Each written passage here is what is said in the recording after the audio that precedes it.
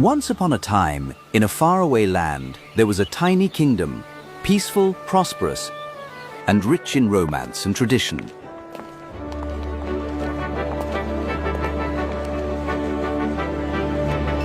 Here lived a sweet girl named Cinderella. She was kind to everyone, especially her little animal friends. But Cinderella's life was not easy. She lived with her wicked stepmother and two stepsisters, Drizella and Anastasia.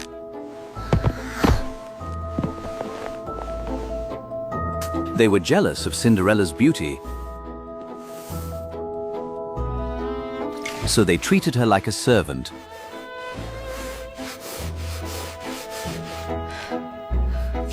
Cinderella, clean the floors, wash the windows, and don't forget to feed the cat. Cinderella worked from dawn to dusk, but she never stopped dreaming. Her friends, the mice Jack and Gus, were always there to cheer her up. Cinderella, Cinderella, we help, we help. Oh, thank you, little ones.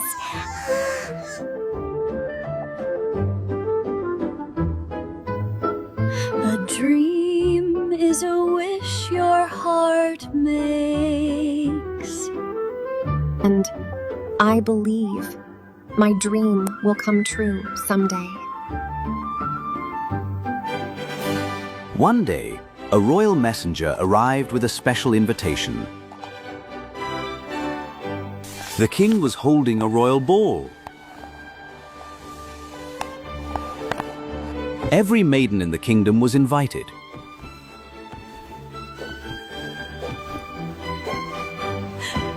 A ball.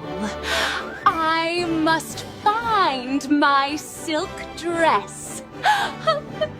Every maiden? That means I can go too. Of course, Cinderella, if you finish all your chores. And if you can find something suitable to wear.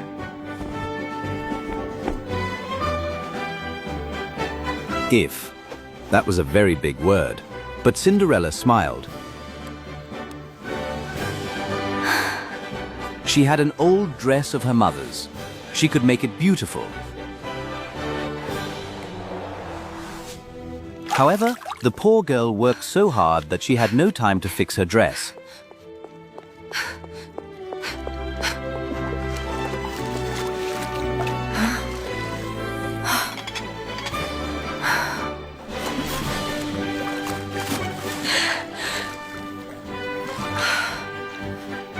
Her little friends had a plan.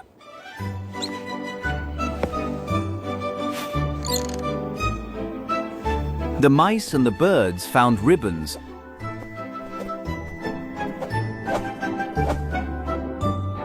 and beads that the stepsisters had thrown away.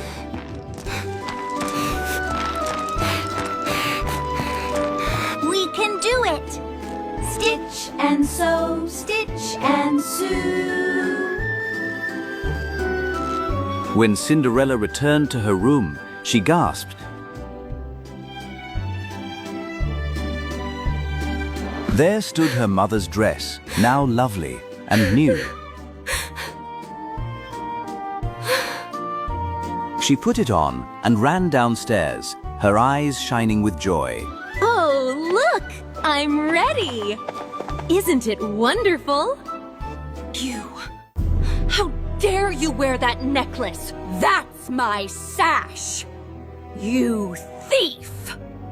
They attacked her like wild beasts, tearing the dress to shreds. Within moments, Cinderella was left in rags.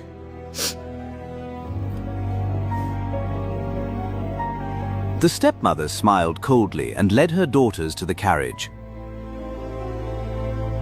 Heartbroken, Cinderella ran into the garden. It's no use. There's no such thing as dreams. Oh, now, dry those tears. You can't go to the ball looking like that. Cinderella looked up. A kind old woman with a hood and a wand was smiling at her. It was her fairy godmother. Now, let's see. I need a pumpkin. And some mice. Bibbidi-bobbidi-boo. Magic sparkles filled the air. The pumpkin grew and grew into a gleaming carriage. The 4 mice turned into 4 white horses. The old horse became a coachman, and the dog Bruno became a footman. And for the final touch, swish, Cinderella's rags transformed into a breathtaking blue gown, and on her feet, 2 tiny slippers made of glass.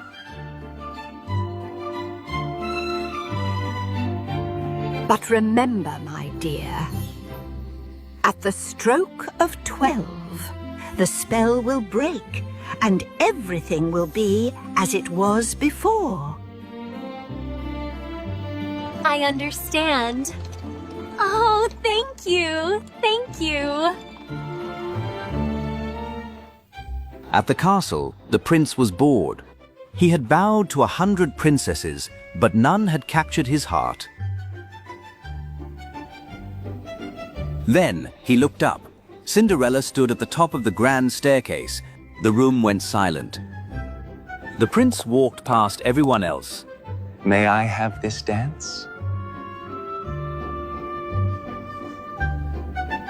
They danced across the floor, floating on air. The king and the Grand Duke watched in amazement.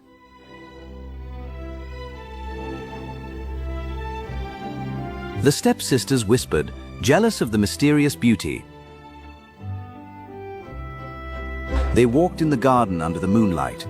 For Cinderella, it was perfect. She had forgotten all about the time. Suddenly, bong, the clock tower began to strike. The clock! I must go. Wait!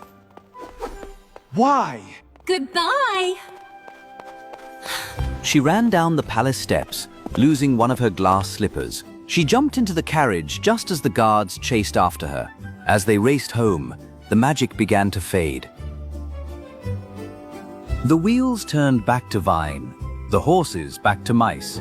Poof! They tumbled onto the dirt road.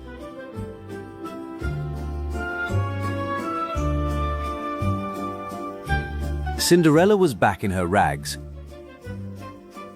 holding the only thing left of the magic, the other glass slipper. Thank you for everything. The next morning, the kingdom was buzzing. The Grand Duke was traveling from house to house with the glass slipper.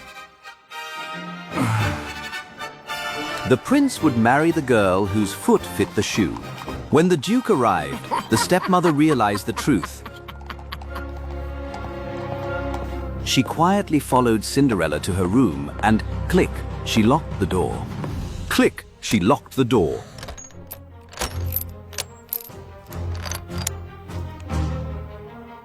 No! Please! Please! Let me out! While the stepsisters tried to squeeze their big feet into the tiny slipper, the little mice, Jack and Gus, had a mission. They stole the heavy key from the stepmother's pocket. They dragged it up the endless stairs until they slid it under Cinderella's door. Cinderella was free. She rushed downstairs just as the Grand Duke was leaving. Your Grace. May I try it on? Pay no attention to her. She is just a servant. Madam, my orders are for every maiden. But as the footman brought the slipper to Cinderella, the wicked stepmother tripped him with her cane. Oh my! How clumsy! Now there is no slipper to try. The Duke was terrified. What would the king say? But you see, I have another one. She reached into her apron and pulled out the second glass slipper. The stepmother's jaw dropped. The stepsisters gasped. Cinderella put it on. It fit perfectly. The bells rang out across the kingdom. Cinderella and the prince were married, and the little mice wore tiny uniforms to celebrate. They had found their happily ever after, proving that no matter how your heart is grieving, if you keep on believing, the dream that you wish will come true. The end.